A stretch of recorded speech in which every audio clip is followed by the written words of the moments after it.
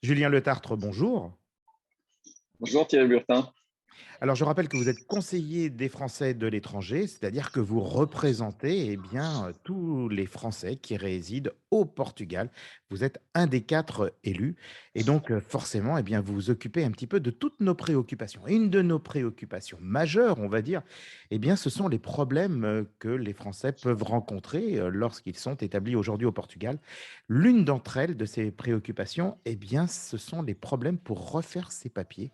Donc, ce sont les problèmes liés justement à tous les passeports, les cartes d'identité et donc qui sont en charge, en l'occurrence, par le consulat à Lisbonne. Oui, alors vous avez raison, c'est un des thèmes qui nous est souvent remonté par les Français du Portugal et que l'on a pu soulever au dernier conseil la semaine dernière. C'est un vrai sujet qui a plusieurs explications. La première explication, c'est que pendant 2 ans, avec le Covid, il y a eu moins de rendez-vous, il y a eu des périodes de fermeture et donc il y a un encombrement. Parce que comme tout le monde, on renouvelle nos documents tous les 10 ans et donc tous les 10 ans, il y a une fournée de nouveaux documents. Donc ça, c'est la première explication. Donc il y a un peu un encombrement, mais qu'on retrouve à Lisbonne, mais qu'on retrouve aussi à Paris de la même façon. Il y a la même problématique à Paris. Le deuxième sujet, c'est que aujourd'hui, le consulat est calibré pour 17 500 Français inscrits au consulat. Et comme chacun le sait, on a beaucoup plus de Français au Portugal. Et l'ensemble des Français a accès au service du consulat. Donc moi, j'appelle vraiment les Français à s'inscrire. Plus on aura de gens inscrits au consulat, plus on aura de moyens. C'est directement lié. Donc, si vous vivez au Portugal, inscrivez-vous. C'est pas très compliqué, il faut le faire. Ça se fait en ligne, pas besoin de se déplacer au consulat. Et ça permet au consulat d'avoir plus de moyens. S'il y a plus de gens inscrits, naturellement, il y a plus de moyens. Alors, il faut savoir que l'ambassade a fait une demande d'un quatrième poste. Aujourd'hui, il y a 3 postes pour cette option-là. A fait une demande d'un quatrième poste que l'on espère, dont on espère une réponse positive, ce qui permettra de simplifier un peu les choses. Et de désengorger un petit peu Ouais. le service. Alors, je voudrais donner un truc, si vous me permettez, parce que je pense que c'est peut-être deux petites Remarque. considérations. La première, c'est si vos papiers ne sont pas encore en période de renouvellement, ne vous pressez pas, ça ne sert à rien, ça encombre encore plus. Si vos papiers se renouvelleront dans 2 ou 3 ans, attendez l'année prochaine, enfin dans 2 ou 3 ans pour le faire. Une autre marque, un autre truc sur la prise de rendez-vous sur le site de l'ambassade. Ça fonctionne bien. Moi, je l'ai fait plusieurs fois, à la fois pour moi et pour des gens qui avaient un petit peu de difficulté. Il y a une chose à savoir, c'est que chaque semaine, pour les gens qui sont dans l'urgence, si vous avez un passeport qui n'est plus valable et que vous avez besoin de le faire C'est rapidement, le tous les vendredi. vendredis à 14h30 et 14h30 pile, il suffit de rafraîchir régulièrement votre navigateur pour avoir chaque semaine à 14h30 le vendredi, le consulat ouvre des créneaux pour la semaine suivante. Donc, on peut toujours prendre un rendez-vous à très court terme et ça fonctionne. Je l'ai fait plusieurs fois, ça fonctionne très bien. Donc, n'hésitez pas à aller à ce moment-là. Alors, justement, deuxième aspect. Alors, on parlait évidemment des problèmes liés à l'ambassade de France, au consulat. Et maintenant, on va parler aussi d'un autre problème aujourd'hui que de nombreux Français rencontrent. C'est le problème de l'inscription. Après 4 ans ou 5 ans passés au Portugal, normalement, on se doit de prendre contact avec la SEF, donc c'est les services douaniers, pour renouveler en tout cas sa carte de résident. Et là, il y a de sérieux problèmes. Qu'en est-il exactement? Oui, alors vous avez entièrement raison. La première demande de carte de résident se fait auprès des mairies. Donc c'est assez simple et ça fonctionne bien. Mais son renouvellement pendant la cinquième année se fait au niveau du CEF. Et le CEF est en extinction. Ils sont en train de couper ce département et il n'est pas clair du tout aujourd'hui qui va reprendre cette fonction. Alors Donc, comment font justement les gens? alors aujourd'hui, on ne fait pas. Très clairement, on ne fait pas. Par contre, il faut que les gens se rassurent. Ce n'est pas parce que votre carte de résident est périmée que vous aurez le moins de problèmes au Portugal. Je rappelle qu'on est en Europe, qu'il y a la libre circulation des personnes et des biens, et donc on a le droit de vivre au Portugal. Je vais vous donner un exemple que je connais bien, qui est le mien. J'ai fait, au bout de 15 ans de vie au Portugal, ma carte de résident pour la première fois cette année pour pouvoir voter au municipal. Et ça ne m'a pas empêché d'entreprendre, d'avoir des enfants, de me marier, etc., etc. Enfin, d'avoir une vie tout à fait normale. Donc, que les Français ne s'inquiètent pas là-dessus, ce n'est pas une difficulté. La difficulté peut se présenter, mais c'est un autre sujet, lorsque dans certains IMT, pour les histoires de permis, ils demandent la carte de résident, ce qui a priori ne fait pas partie des obligations. Et donc D'accord, là, ça peut bloquer. Mais sinon, sur les autres plans, ce n'est pas une pas de problème. difficulté, donc les gens ne s'inquiètent pas.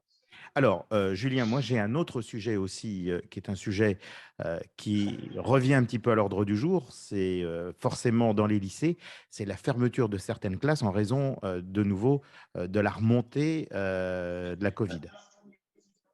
Oui, alors ça, c'est un vrai sujet de préoccupation des Français, des parents d'élèves. Aujourd'hui, au lycée français, il y a environ un quart des élèves qui sont isolés. Euh, il faut savoir que les règles édictées par le Portugal, que les lycées se doivent de respecter, c'est à partir du moment où il y a un élève positif dans une classe, l'ensemble de la classe est à l'isolement pendant 14 jours. Alors, sauf si l'enfant est vacciné, est double vacciné, et qu'il a un test négatif. Et donc, c'est une vraie préoccupation. Ce qui est important de rappeler aux parents, c'est qu'aujourd'hui, la décision qui a été prise par l'ambassade des lycées, c'est de ne pas fermer l'établissement. Il faut que les gens se rassurent.